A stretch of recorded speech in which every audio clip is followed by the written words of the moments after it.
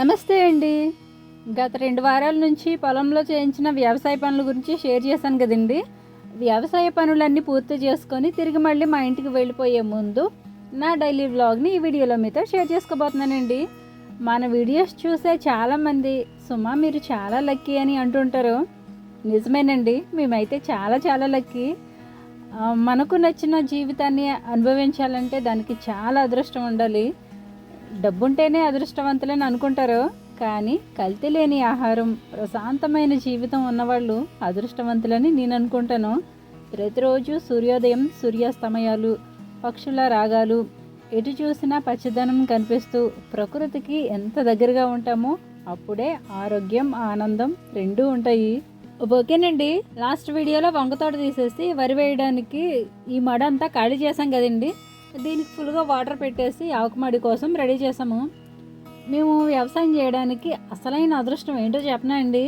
ఇందాక మీరు నుయ్యి చూశారు కదండి, అదేనండి. ఆ నుయ్యి ఉండడం వల్ల ఈ వర్షాకాలంతో పాటు ఎండాకాలంలో కూడా వ్యవసాయం చేయగలుగుతున్నాం. ఈ సంవత్సరం అయితే అసలు వ్యవసాయం చేయాలనుకోలేదు, ఎందుకంటే ఈ సంవత్సరం ఎల్లినీనో ప్రభావం వల్ల వర్షాలు సరిగా ఉండవని వాతావరణ శాఖ చెప్పింది. అయినా సరే మా వారు నాన్న ఓ అడుగు ముందుకేసి వ్యవసాయం చేస్తున్నారు. ఒకవేళ నిజంగానే ఈ సంవత్సరం వర్షాలు లేకపోతే నూతిలో నీళ్లు కూడా ఇంకిపోవచ్చు. వర్షాల కంటే ఎండలు ఎక్కువగా ఉంటున్నాయి కాబట్టి ఈ సంవత్సరం మా వ్యవసాయం ఎలా ఉంటుందో చెప్పలేము. పోనీ నీరు ఎక్కువగా అవసరం లేని వేరే పంటలు ఏమైనా వేద్దామా అంటే ఈ పొలం ఉన్న ప్లేస్లో వర్షాకాలం వరి తప్ప వేరే ఏ పంట వేసినా ముంపుకి గురవుతుంది. ఈ ప్లేస్ డౌన్లో ఉంటుందండి. వర్షాకాలం వస్తే ఆ నీరు పోవడానికి కొంచెం టైం పడుతుంది. వరి అయితే నీరు ఎక్కువగా ఉన్నా పెద్ద ప్రాబ్లం ఉండదు కాబట్టి వరే వేసాము. ఇక ఒక వారం రోజులు అమ్మాళ్ళ ఇంటి దగ్గరే ఉండి ఇలా చాలా పనులు పూర్తి చేసాము.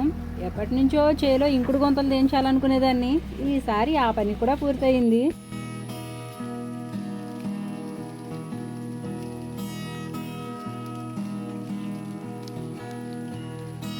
ఈ పనులన్నీ చేసుకుంటూనే మధ్యాహ్నం టైంలో చేలోకి వచ్చి మృంగరాజ్ హార్వెస్ట్ చేశాను.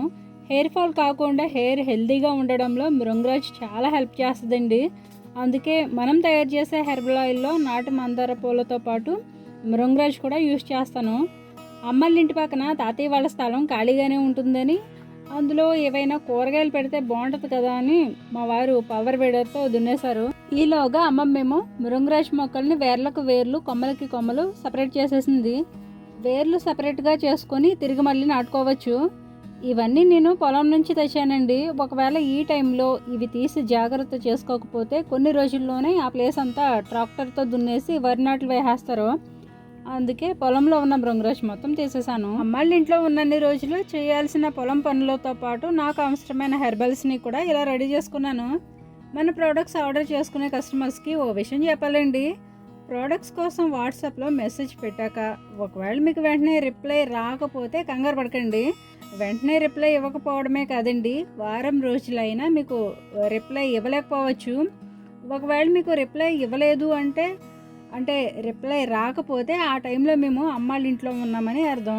అమ్మాళ్ళు ఉండే ఊరు చాలా అంటే చాలా పల్లెటూరు అండి. ఎంత పల్లెటూరు అంటే ఒక మారుమూల గిరిజన ప్రాంతం.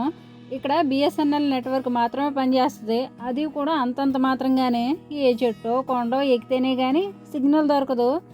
తీరా సిగ్నల్ వచ్చాక రిప్లేస్ ఇద్దామా అంటే వేరే ఎవరి ఫోన్ అయినా తీసుకొని వైఫై కనెక్ట్ చేసుకొని రిప్లేస్ ఇవ్వాలి. ఇక్కడికి వచ్చిన తర్వాత మ్యాక్సిమం పొలం పనులు పూర్తి చేసేసుకొని త్వరగా ఇంటికి వెళ్ళిపోవాలని ఉంటుంది తప్ప నెట్వర్క్ కోసం అంతగా పట్టించుకోను. ఇంటికి వెళ్ళిన తర్వాత అందరికీ రిప్లేస్ ఇస్తాను. అలానే నిర్లక్ష్యంగా ఉంటానని కాదండి. ఇక్కడికి మేము నెలలో 1-2 సార్లు కంటే ఎక్కువగా రాము. ఇక్కడ వ్యవసాయ పనులన్నీ అమ్మా నాన్నే చూసుకుంటారు. మధ్య మధ్యలో మేము వచ్చి కొన్ని పనులు దగ్గరుండి చేయించుకొని వెళ్ళిపోతూ ఉంటాము. పైగా ఇది వర్షాకాలం కాబట్టి ఈ కాలంలోనే ఎక్కువగా వస్తూ ఉంటాము. ఎందుకంటే ఇక్కడ పండించే పంటలన్నీ వర్షాధార పంటలేనండి. అందుకే ఇక్కడ ఎక్కువగా మామిడి, జీడి మామిడి మాత్రమే పండేస్తారు. వేరే ఏ పంటలు పండించాలన్నా ఈ వర్షాకాలంలోనే పండించుకోవాలి. మా మీద నమ్మకం ఉండి మేము తయారు చేసే ప్రోడక్ట్స్ అన్నీ జెన్యున్గా ఉంటాయని మీకు అనిపిస్తేనే ఆర్డర్ చేయండి. ఈ మధ్య ఎవరో ఒకరు మేము చేసేది ఫేక్ అని తను ఆర్డర్ పెట్టి 20 డేస్ అయినా రిప్లై ఇవ్వలేదని కామెంట్ పెట్టారు. మినిమం 1 వీక్ కంటే ఎక్కువ అక్కడ ఉండమండి. లేనిపోని నిందలు వేస్తూ ఫేక్ కామెంట్లు పెట్టి మేము చేసేది ఫేక్ అని దయచేసి ఊహించుకోకండి. ఇది ఒకరు అన్నారని చెప్పట్లేదండి. మేము ఆన్లైన్ బిజినెస్ చేస్తూ ఇక్కడ వ్యవసాయం కూడా చేస్తున్నామని అందరికీ తెలియకపోవచ్చు. ఫస్ట్ టైం చూసేవాళ్ళకైతే తెలియక పొరపాటు పడవచ్చు. అందుకని చెప్తున్నాను, మీరు పెట్టే ప్రతి కామెంటు నిజమైన అబద్ధమైన ఆ కామెంట్స్ చదివే ప్రతి ఒక్కరిని ప్రభావితం చేస్తుంది. కామెంట్స్ చదివే కొందరు అర్థం చేసుకోవచ్చు, మరికొందరు అపార్థం చేసుకోవచ్చు. అందుకని దయచేసి ఏ యూట్యూబర్కి కామెంట్ పెట్టాలన్నా వాస్తవం ఏంటో తెలుసుకొని పెడితే అది ఎవరిని ఇబ్బంది పెట్టదు. ఓకేనండి. పొలం పనులు చేసేటప్పుడు వంట చేలోనే చేసుకుంటూ ఉంటాము. వంట చేసేసాక భోజనం కూడా చేసేసాక గిన్నెలన్నీ తోమేశాను. ఈలోగా నాన్న పొయ్యి మట్టితో అలిగేశారు. నాన్న అలికిన పొయ్యి హెర్బల్ ఆయిల్ తయారు చేయడానికి వాడే పొయ్యండి. వర్షానికి కొంచెం పాడైపోయింది, అందుకని నాన్న పొయ్యిని సరి చేశారు. అమ్మ ఇంటి వెనకాల కొన్ని ఆకుకూరలు పెట్టిందండి. వాటిలో పొనగంటి కూర, గోంగూర పెట్టింది. సిరిని ఆకుకూరలు కోసేయమని ఈలోగా నేను హెర్బల్స్ అన్నీ ప్యాక్ చేసుకున్నాను. ఈ హెర్బల్స్ అన్నీ ఎలా ప్యాక్ చేస్తున్నానో చూడండి. ఈ ప్యాకింగ్ ఎలా చేశానో ఒక సిస్టర్ అయితే ఎన్నిసార్లు కామెంట్స్ పెట్టారో అసలు. కానీ నాకు అది ఎలా చెప్పాలో అర్థం కాక ఇప్పుడు ఈ వీడియోలో క్లియర్గా చూపిస్తున్నాను. ఓసారి మా చిన్నత్తయ్య వాళ్ళ గృహప్రవేశానికి బట్టలన్నీ ఇలా ప్యాక్ చేసినవి ఫస్ట్ ఫ్లోర్ నుండి సెకండ్ ఫ్లోర్కి తీసుకువెళ్ళడం చూపించాను. ఆ వీడియోలో చూసిన ఆ సిస్టరు 5-6 వీడియోస్లో అది ఎలా ప్యాక్ చేశారని కామెంట్స్లో అడుగుతూనే ఉండేవారు. ఫైనల్గా ఇలా అయినా చూపించాలని ఈ వీడియోలో చూపిస్తున్నాను.